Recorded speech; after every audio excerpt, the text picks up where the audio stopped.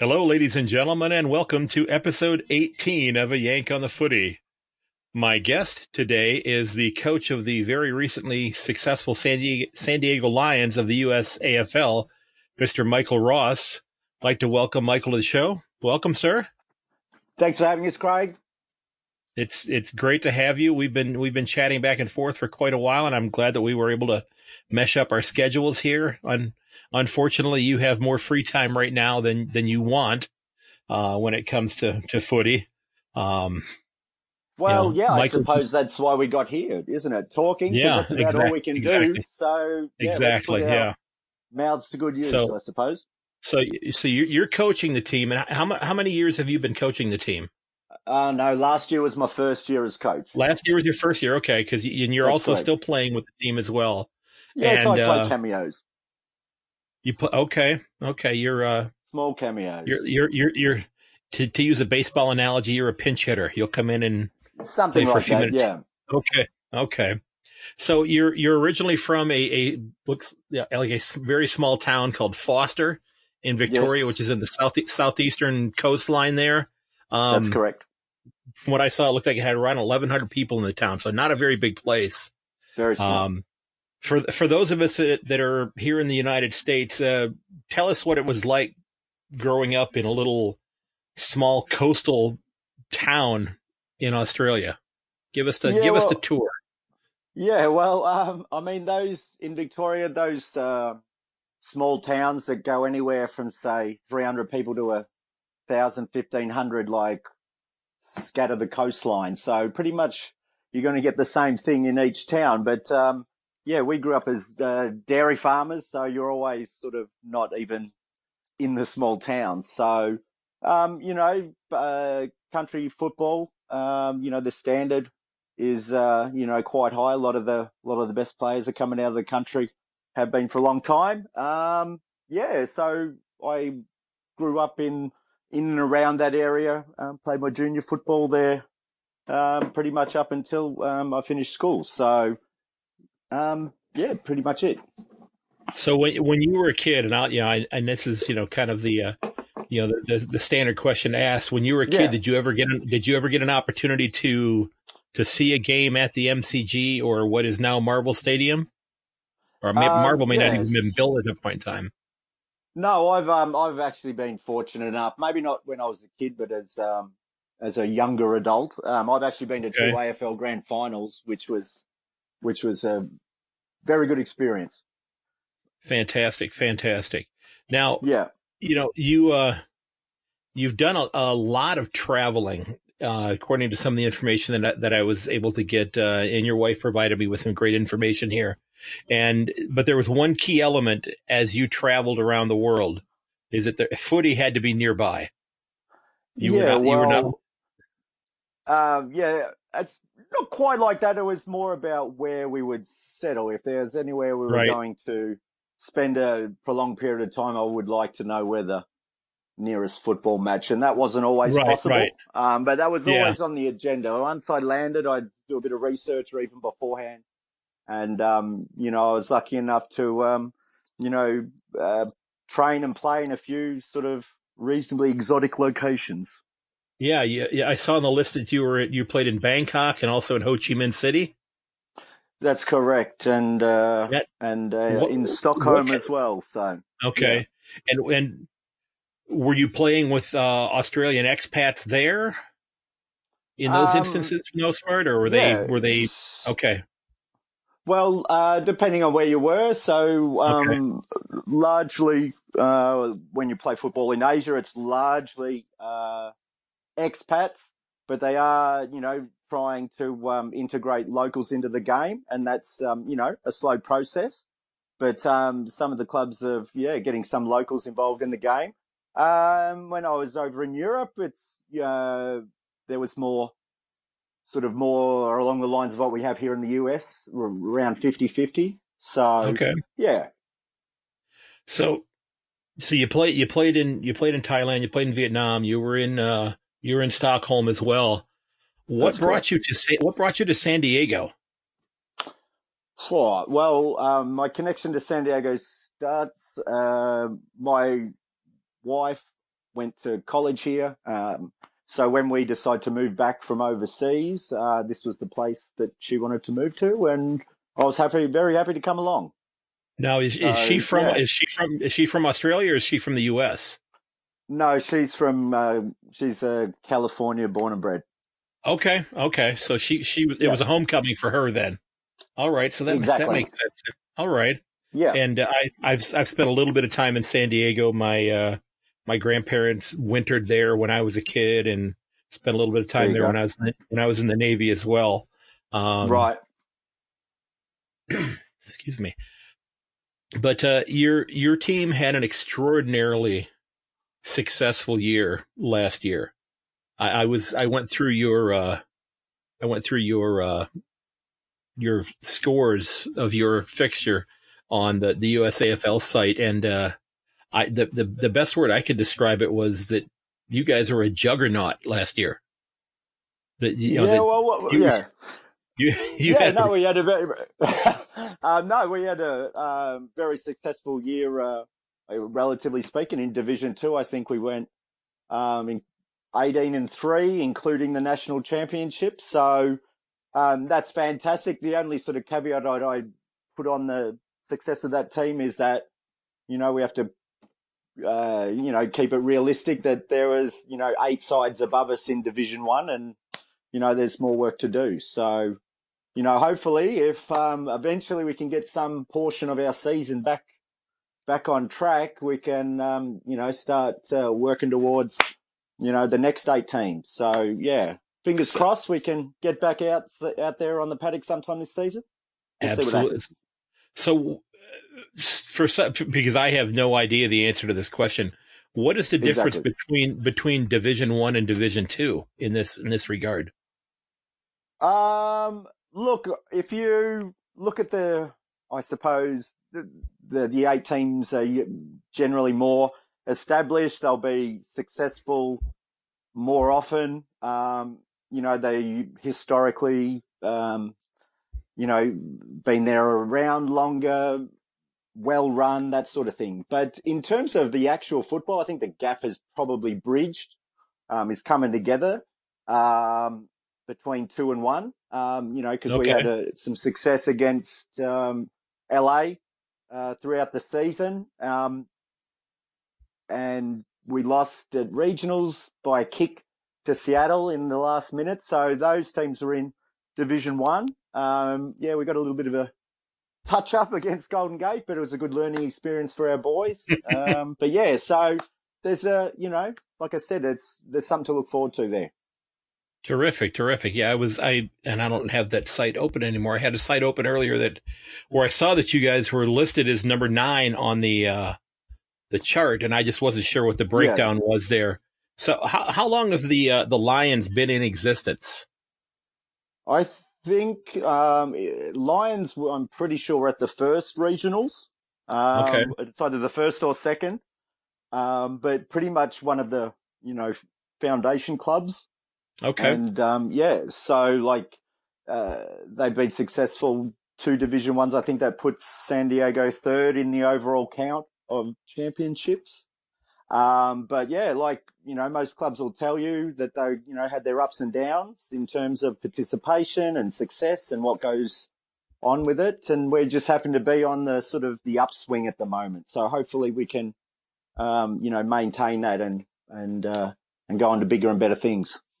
And how are your numbers looking for your club this year before everything else was Yes. impacted? Well, we'd started some training. Sort of, we had throughout January and February casual kicks on a Saturday, non-compulsory, and a lot of guys would turn up to that. We were getting 20 plus guys to those events, and then a very similar number between 20 and 30 to early pre-season. So it just shows success doesn't hurt when it comes to recruiting.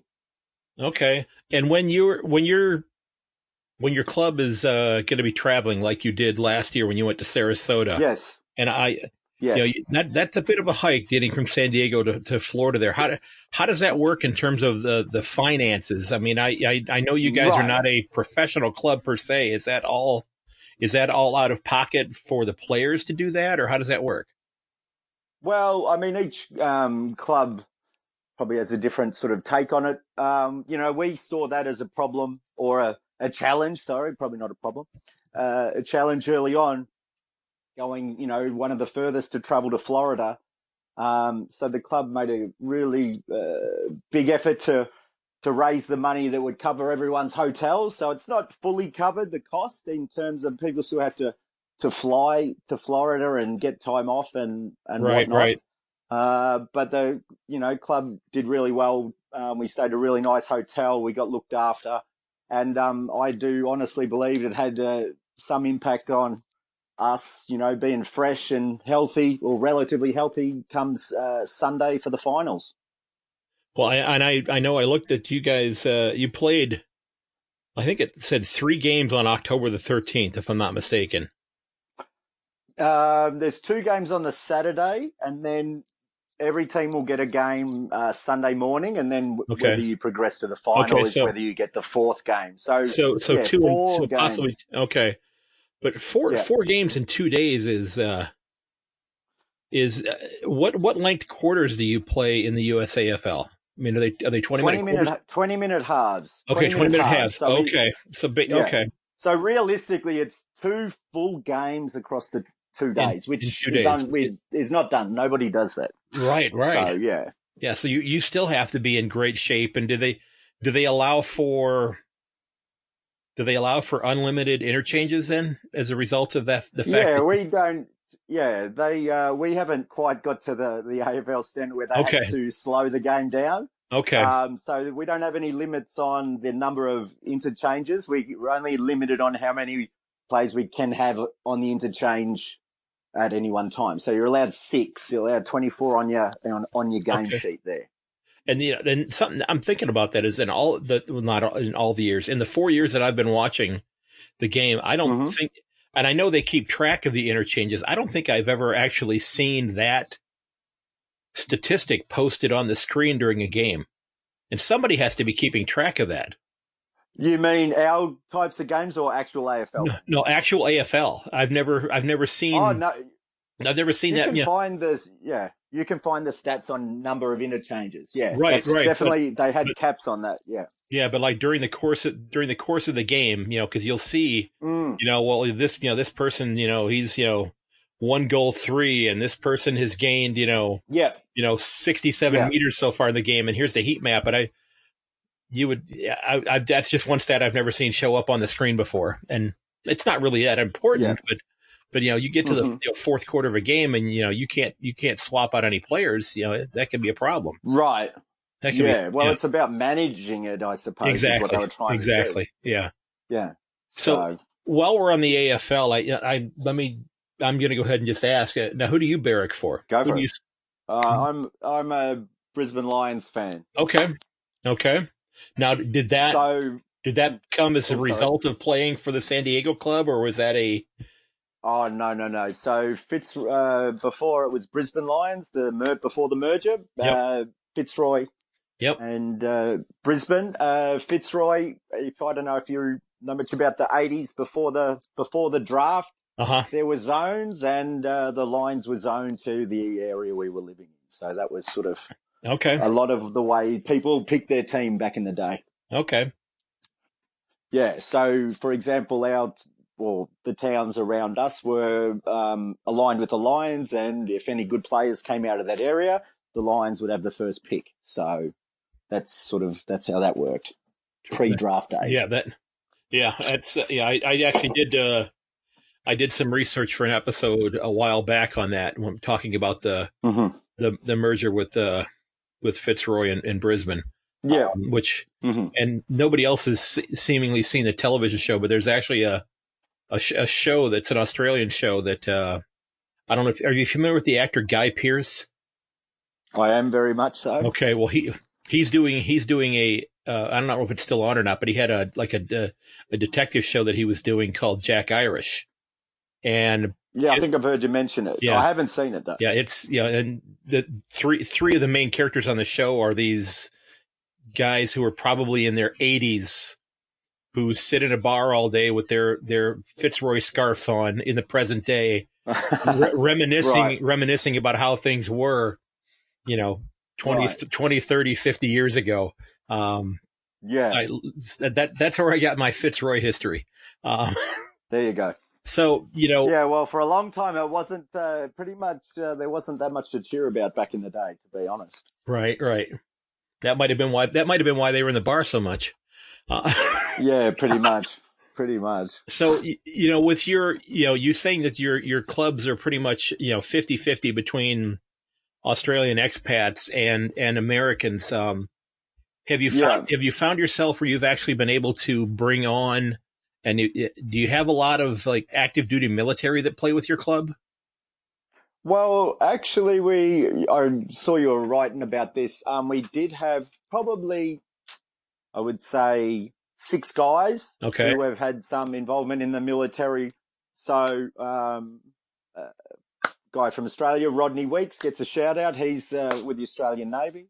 And then we had a couple of other guys who didn't make it to the national tournament, came from the US Navy as well. And then a couple of guys working in the military industry. So we do have a, pretty strong connection. One of our sponsors, I'll give them a shameless plug. AVEX is in aerospace engineering, which is all connected to the military and that. So there is a strong connection. Okay, terrific. And plus, as you probably saw in the results last year, we got a game against HMAS Brisbane when they docked in San Diego. So that was really good for our boys. Well, I wasn't sure what that actually meant on that chart. So you played against the sailors from that ship then. Okay. That's correct. So I see the score is 83-13. That's correct. Who had the 83? We had the 83. Okay, I'm just checking because I wasn't sure on that one. Okay. Yeah. Yes. To be fair to those boys, they don't get to play that often. Right. Yeah, they're busy because they'll spend months at sea. Well, but when they do hit land and they can make the connection, they like to have a bit of a run. But the upside for our guys, and we were, to be fair, at the peak of our fitness, 2 weeks away from nationals. So a really disparity in sort of the fitness side of it. But their attack on the footy was like top notch. And for our guys to play a team fully of Australians, was a fantastic experience for them and a real perfect lead into nationals. That had to be wonderful. I had I was in the Navy myself back in the 1980s, and we had a similar situation, not with this, but with softball, with the right. And the first cruise that I was on, we had a time period where we were at sea for 121 straight days. We didn't see land for 4 months, and we had left Subic Bay in the Philippines, and then we came back to Subic Bay, not having seen land for 4 months. And one of the things that they used to do at that naval base, which was huge, was they played softball year round there. That was a year round thing that they did. Right. So we got back to the we had a pretty good team from the squadron I was in, and we entered a tournament there. We hadn't seen land. We hadn't picked up a bat, a glove in 4 months, and there were like 64 teams in the tournament. And we finished in second place. We lost to like the base champions, and it was pretty cool to because here we were not having played in a while, and we held our own. So it was right. It was a good time, So you went to the Nationals, and was this your first trip to the Nationals? No, that would be my 4th trip to the Nationals. Okay. But this was your most successful one, though. Yes, definitely most successful. Okay. Yes. And what for how many teams actually end up at the Nationals? Is it mandated that every team go, or? No. So I mean, like you've said, everyone's volunteers at the clubs. The clubs are run by volunteers, and some are further along in their sort of development than others.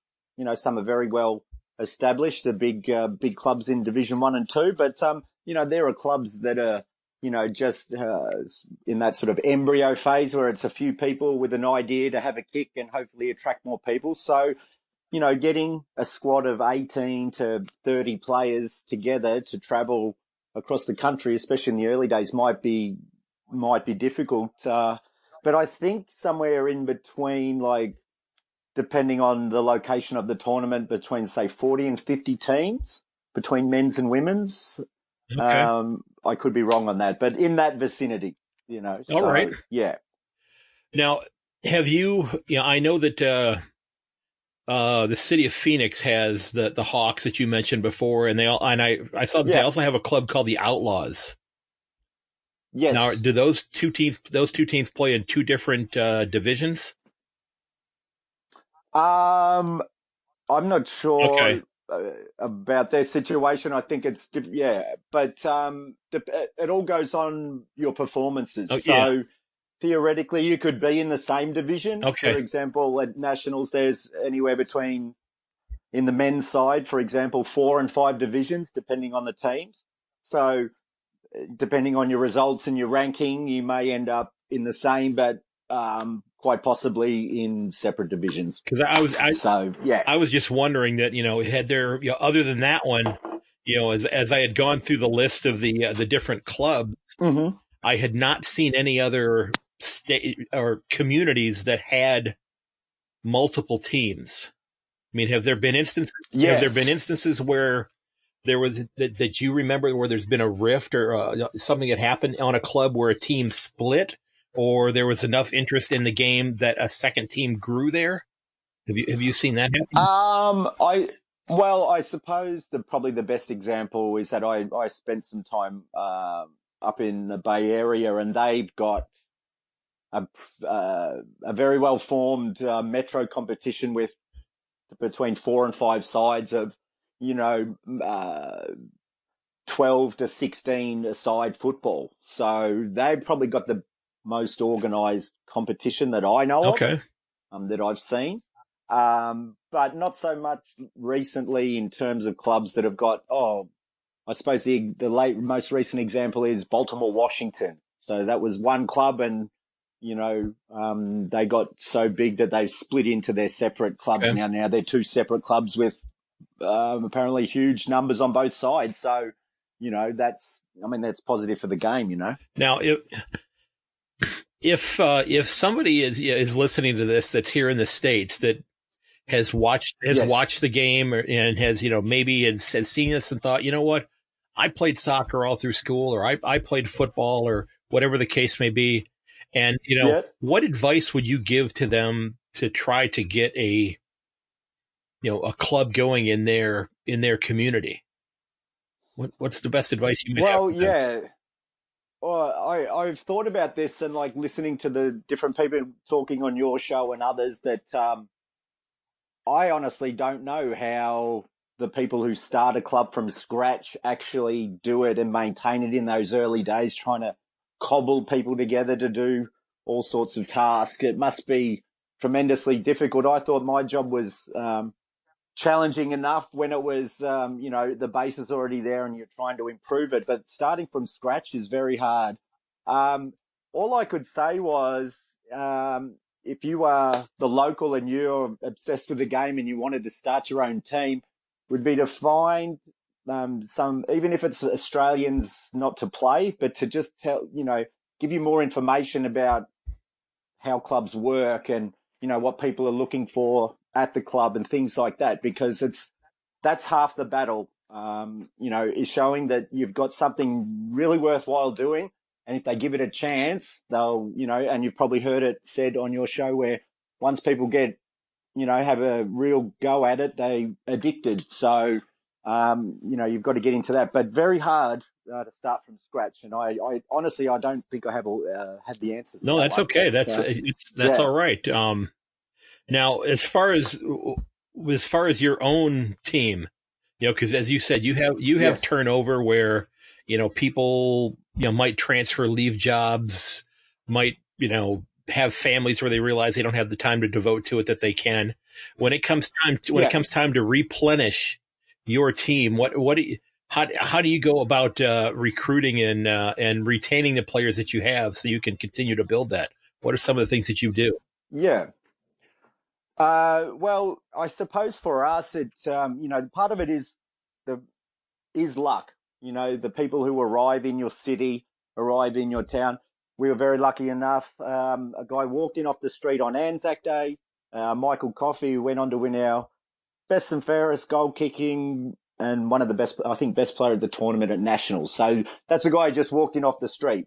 Oh, But for our benefit, and he, like some others, instead of being in town for 1 or 2 years and moving on, we're our core group are relatively young, and we're going to get at least sort of 3, 4, 5 year commitment out of most of them. So, and plus we have a sort of a large base of people who are basically local now, whether they're Australian or not, in terms of they're married and they're settled here. So we're in a pretty good place like that. But going forward, we understand that those players most likely will turn over eventually, whether it's in 1 or 2 years or 3 or 4 or 5 years. But so I think the challenge for us while we're enjoying some success is to sort of to recruit locals to the game and work on bringing up their standard. And I think we've been pretty good at sort of converting sort of some interest into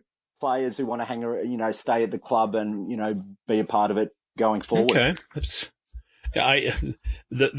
It almost sounds like it had to be destiny. If you said his name was Michael Coffey, correct? That's correct. He showed up on Anzac Day. On Anzac Day, that's correct. That is like destiny right there. That's like a movie script. Right, yes. Well, I could... And to his credit, he had been at the Anzac Day dawn service here in San Diego, plus had a few drinks afterwards, but yet still turned up to training. So that was a fantastic effort and a sign of things to come. Huh. Mm-hmm. Huh. So, as somebody who's been involved in the game here in the States, and you've been in the States for how long? I know you said you've been playing for like 28 years, or 28, 29 years. That's correct. I first came here and played football. First came in about 2010.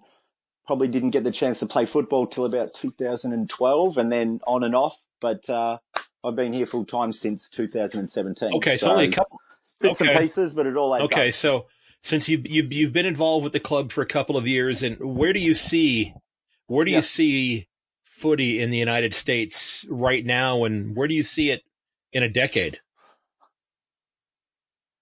Yeah, well, I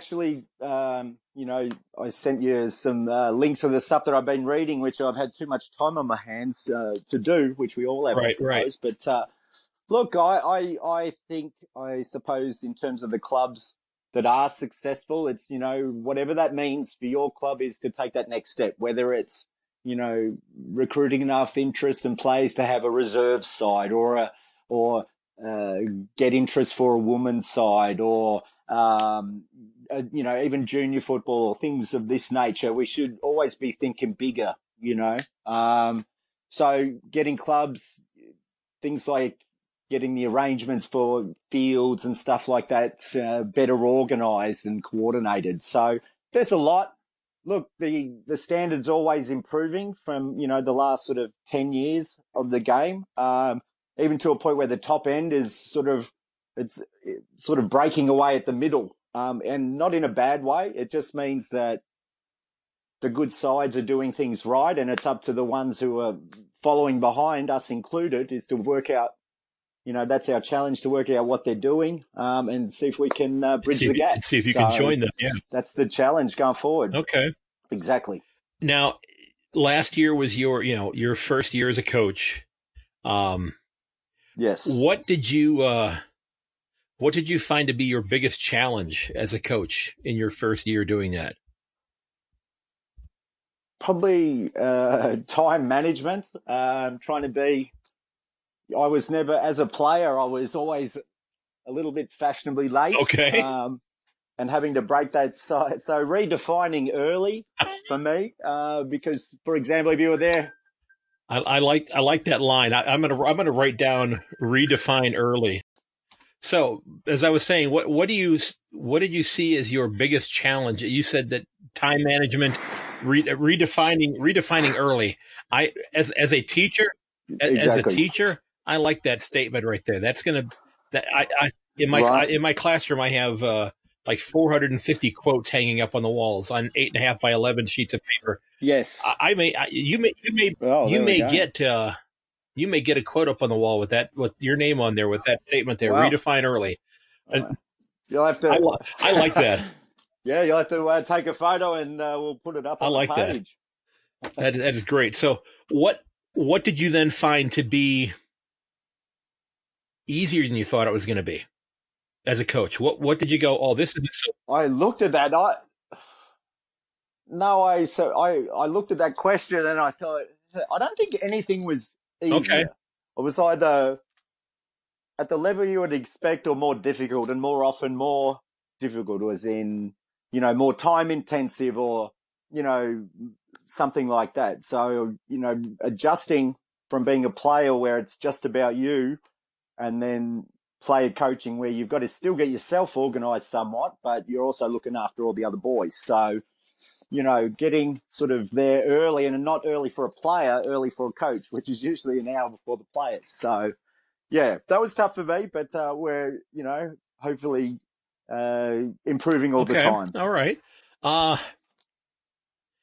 Now you said that you have a lot of people who are kind of on the board and who are volunteers. So do you have people who are involved with? Do you have people who are involved with the club that aren't actually players that are helping out with the club's progress as well? Yeah,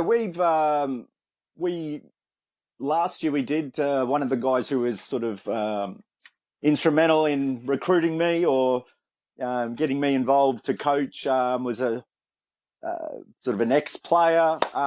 And we've had a couple of guys who have sort of, passed through the club, still, live and that in San Diego, and they on the board. But at the moment, I think it's basically mostly current players. So the boys, some of the boys who weren't involved or were newer to the club last year, they've sort of stepped up, and, our board's grown this year in numbers and hopefully, and quality as well. So, yeah, hopefully it's going to be a big year, hopefully on and off the field if we can. I was going to say, hopefully if you can get back out there and play, because that was going to lead me to my question about, 2020 has not been very kind to anybody, from a sport, from a humanity standpoint, but then from a sports standpoint, and what we're talking about here, with the virus being what it is the league realistically thinking that they're going to be able to even have a season this year, or are they thinking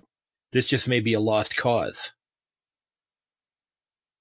Well, I mean, I'm not privy to those discussions, which are probably going on at the moment. I think the next update is on the 5th of May, and the league will come out with sort of like their sort of update on where we're all at.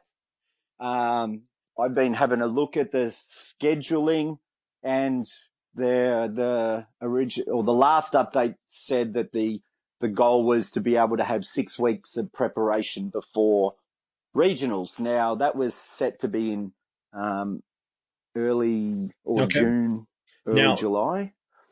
As far as your schedule is concerned, is each club responsible for creating their own schedule before the regionals and the nationals? I mean, so do you go ahead and craft your schedule to who you're going to play against? Okay. Yeah, so if you're looking for parallels, it's a bit like the college football system. The teams go and organise their own schedules, and the league, if we want to, USAFL to NCAA, they set up the national tournament, the regional tournament. So those dates are sort of set in stone pretty early on, and then outside of that, clubs can play as many or as few, can, set up their own schedule however they like. Terrific. I had no idea how that worked. I mean, we've got 4 clubs here in the state of Ohio, so it's and the closest one is about an hour away. I've not been there before. I've tried to get in touch with some of them talk to them, but I've not. Yeah. Yeah. Hoping to still get back to them though. Yeah. But, we. Yeah. So what usually happens on a sort of like throughout the season, we're very fortunate enough that we've got great competition up the road in Orange County in Los Angeles within, 2 or 3 hour drives. So we get good oppositions every other week. And plus, Golden Gate isn't too far away. And Arizona, we've got a good relationship as well. So they often come over to play us and us them. So we're very lucky in sort of our geography. Some clubs, it's a bit more difficult to get close games, but generally that's the way the seasons work. The teams nearby will play off in, all different formats across the country, depending on where clubs are at development wise. Now I know that last year at the Nationals, and I watched a little bit. I don't even remember which game I was watching. ESPN 3, which I no longer have on my television anymore because we had we do the streaming on our television. We don't have cable or satellite anymore. We do it all through the internet. And we used to have PlayStation View, which carried which actually had like 6 channels of the Nationals going on at that time. And they were showing all sorts of different games, but it was a little disappointing at the time because they only had a camera right on the sideline. So you couldn't get any like 3-dimensional look at what was going on the field. And you and some of the stuff that you had jotted down before we got going today, you talked about how they were, and I haven't looked at the link yet, but you said that they actually had drones. They had drones with cameras that were actually doing the covering the game. Well, or is that something you're looking? Yeah, well, that came about. That was one of our regular SoCal Cup games against Orange County. One of our players, Matt Muller, who's now on our board, he said, "Oh, how would you feel about me filming the game with a drone?" I said, "Mate, go for it." And so that was something we just tried. I'm not saying that everyone should try that, but I think the results are really good. And I think it would be, it would, if you were able to get the games on YouTube, to get them on, Facebook Live, that type of thing, to where more Americans could see the game, which might then recruit people wanting to play or people wanting to be, supporters of the clubs to come out and actually watch the games here. Right. You've been in the United States for a while here, so you've probably watched some American sports, and you've watched the AFL. Yes. The camera. We're accustomed to seeing that camera angle kind of from above, so you can see more, you can see the things happening. I mean, that's one of the things this year with the AFLW games, that when they played at some of the smaller parks, the stands were not very tall. So the camera angle was at a very low angle, so you didn't see that depth at all. So I think it would go a long way, if ESPN is gonna cover the games again this year, to just rent a bucket truck and put a guy with a camera up in the bucket at least, if nothing else. I think that would be. Yeah, I came across a video on YouTube from one of the old Nationals. I want to say like 2006, 2007, and they did have the scissor lift. I actually made a comment on Facebook about how their media game was so strong and looked like they have the control room and everything. But I'm not sure how that part of it works. But yeah, the angles that you can get from a drone or, that elevation, hence why they, do it in major competitions, because you can watch the game unfold from a different angle. But look, I mean, there are a lot of games, if you go to the USAFL YouTube channel, a lot more of the games are being filmed. There's a larger body of work being created every year that people can sort of, I think I've heard talking about on this show, maybe back in the 80s, the ESPN late night rabbit hole that people found AFL on. Why I can't imagine why this wouldn't be the same if there was enough content out there. People are going to start coming across it and go, "What's this?" and hopefully check it out. Exactly. That would be fantastic. Yeah. So you mentioned that you have a couple of sponsors. I mean, have they been,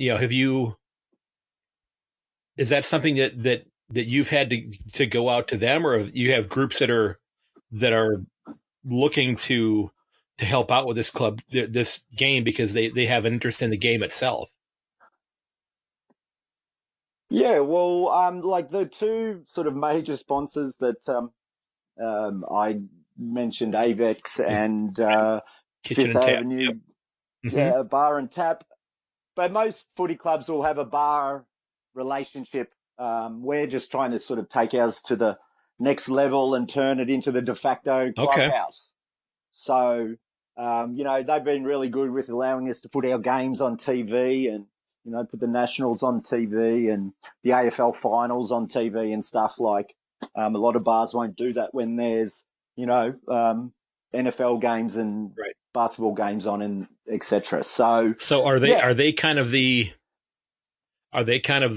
footy bar for San Diego then? Is that if you're an Australian and you want to go to a bar and watch a footy game, that's the place to be? Well, I mean, we'd like to make it that way.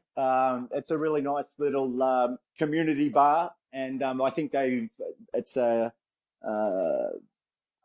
New Orleans Saints supporters bar as well. So it's definitely a sports bar type situation, but with a good family atmosphere, and they really look after us there. But yeah, so.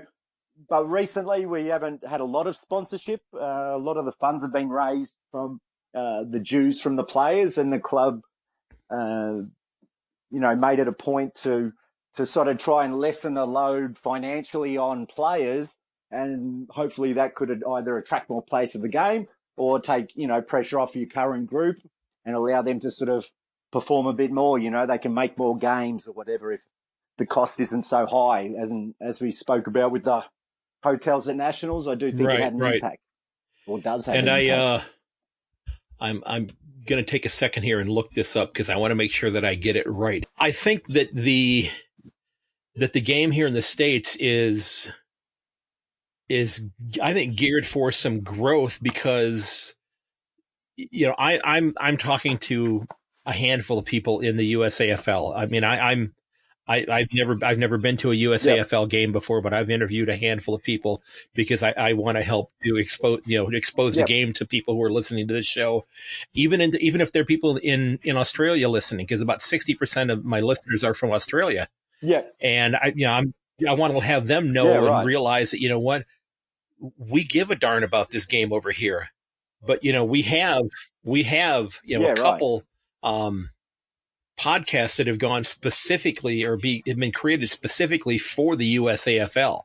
You were on one recently with Wayne and with Rick on the Outside 50 podcast, and then just in the last month or so, Brian Barish, who's involved with the USAFL, started a podcast called Marks and Stripes that's devoted to the USAFL as well. So, there are avenues out there to sell the game or to promote the game, if you will, to people here in the States. So, I mean, and those are things that were not around, even this time last. Exactly. 3 months ago. Because, mine is only, well, there's actually a fourth one as well that's here in the States. There's a young lady in New York City who does one called AFL Obsessed. And I'm rather envious because she was in Australia fairly recently, and before the lockdown, and she I think I don't know if she got to a game, but she was in Perth for a while. So she's really into the game as well. But there are avenues to promote the game here, so it's I think that bodes well for it going into the future. And, and who's to say that this can't be, something that begins to rival, who knows, 10, 15 years from now, maybe this is rivaling the MLS on television. It could certainly happen. Possibly.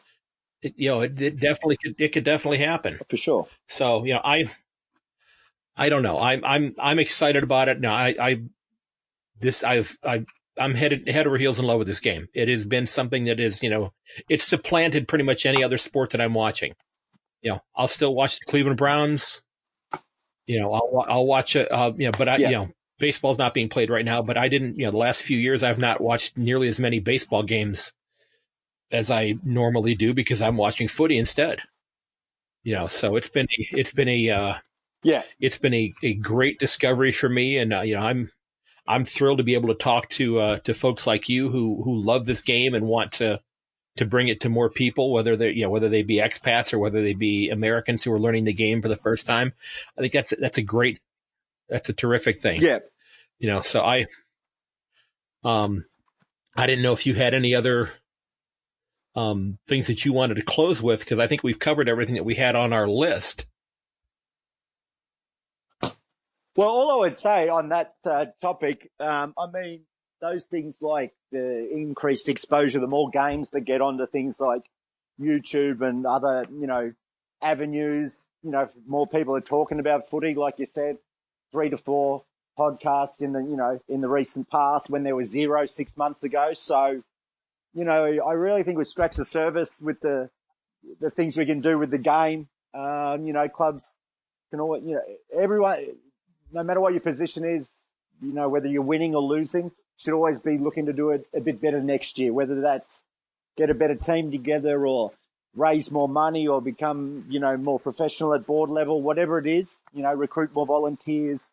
We can all do that. And if everybody's pushing toward that goal, hopefully the game will grow in leaps and bounds and, one day become, exactly. Who knows? But the best version of itself in this country, because I think there's an appetite for it. If you look at our game, and I must admit I'm obviously biased, haven't played all my life, but objectively it's a good game to watch. And if, people can get around that they don't understand it from the beginning, and you're a fantastic example of this, that if they give it a chance, they'll be hooked for life. So if we can tap into that a lot more, we can grow this game. Well, I want to correct you on one thing there. You said it's a good game to watch. I think you're flat out wrong there. I think it's a great game to watch. I don't think it's good. I think it's great. To be, diplomatic. So I want to, those of you who are listening, I do want to point you to the Lions website, sandiegolions.com. You can check out their website. They've got pictures there from the national championship there and information about the Lions and about the game itself. I'm thrilled that you were able to join me tonight, Michael. And ladies, you bet. Absolutely. Thanks for having me. Absolutely. And ladies and gentlemen, I'd like to thank my guest tonight, Michael Ross of the San Diego Lions of the USAFL. And Michael, I truly appreciate you coming on, and I'm hoping you enjoyed your time here tonight. And we're going to definitely. Yes, no, I'm really enjoying it. Talking about the game, it's aiding my sanity during the lockdown. And keep doing what you were doing. Get the word out there. And, absolutely, let's see this game absolutely. All righty. Well, thanks again very much, Michael. Ladies and gentlemen, I honestly cannot tell you how humbled I feel knowing that you're tuning in to listen to my show. I cannot thank you enough. If you're enjoying the podcast, I would greatly appreciate it if you would consider sharing it with your friends. You can find links to the show in the show notes, or they can find it by putting A Yank on the Footy into their favorite search engine.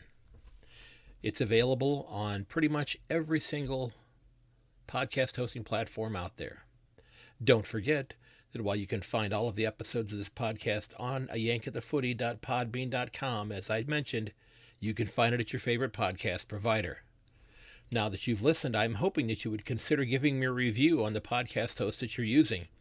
It lets me know what I need to work on and what I'm doing well, and it lets the podcast host know what you think of the show.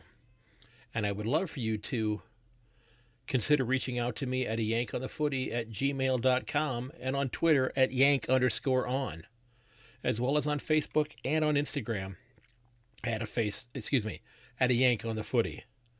Also, I would like to thank Mr. Joseph McDade for the use of his music. I'm using 2 pieces in this episode. Mr. McDade creates some fantastic music, and I'm using the pieces Elevation and Winter's Mist. I thought Winter's Mist fits much better at the start of each episode now that the season is suspended. Once we get back and playing footy again, I will definitely go back to my original intro music backplayed. You can reach Mr. McDade at josephmcdade.com/music. Ladies and gentlemen, I want to thank Mr. Michael Ross of the San Diego Lions for being my guest for this episode. Don't forget you can check out the team at sandiegolions.com. While many of us are fans of our team, deep down we're fans of a game that we all love, and that's the game of footy. And ladies and gents, as you know, we are at a strange point in the recent history of mankind. I hope that you and your family stay safe. I hope your social distancing is going well. I hope that you're able to take the proper measures to protect yourselves against the virus. Be tolerant of one another. Be kind to one another. Care for each other. We're all in this together. Again, ladies and gentlemen, I thank you, and I ask that you share this podcast with your footy-loving friends and family, and may your dribble kick never hit the post. I'll catch you later.